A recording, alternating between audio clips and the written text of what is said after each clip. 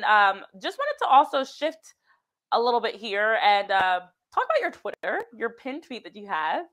You've got a pinned tweet and an article and a shot by Ben Reeves, and you're breaking down the science of the shot, the 4 different schematic aspects of it, and even just being able to break down other lacrosse plays in general, like that analysis, that detail that you bring. Can you tell us a little bit more about that and the science of that shot specifically, but overall other lacrosse plays in general?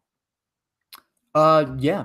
It was a really incredible shot, and it was cool to have something happen in the sport that I care about the most. Mm. That was worthy of kind of like a sports science analysis, because we've kind of seen sports science go by the wayside in popular media over the past like decade. I think it's because a lot of people ran out of palatable stuff to talk about, because it can be hard to dive into these topics because it's a lot of complex stuff going on, and it's hard to make that then palatable. But that was a great shot to analyze and understand. And the gist of it is, you can see if you play the shot back in slow-mo, Reeves, starts with the face of his stick kind of parallel to his face mask.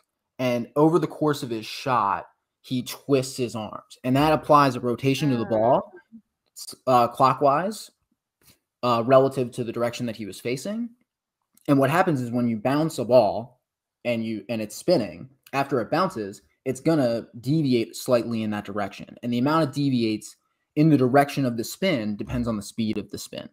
Yep. So the idea is, if he didn't, flick his wrist, so to speak, enough or hard enough to apply enough rotation to the ball, it wouldn't have deviated so severely to make it pass. I think John Galloway was in goal for that shot.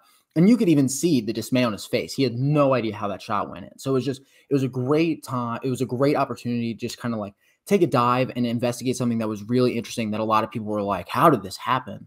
So it was fun.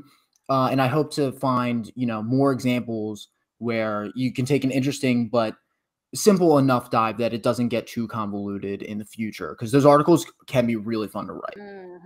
Yes, yes. Well, Brian, we appreciate the work you're doing to take a deeper dive into sports science as well as sports betting, and just bringing these different elements in how we're covering the NLL. I mean, you talk about breaking down the follow through, the form. As a former high level soccer player, it's the same thing. Like, they're in sports, there's those specialty aspects that make the sport so exciting, that it's not just about athleticism and speed and strength. There's schematic ways that you're actually changing and altering the direction, the speed, the trajectory of the way that the ball is moving and how you're playing. So I love this, because we need more of this. So I hope to have you back on here on the Daily Dive.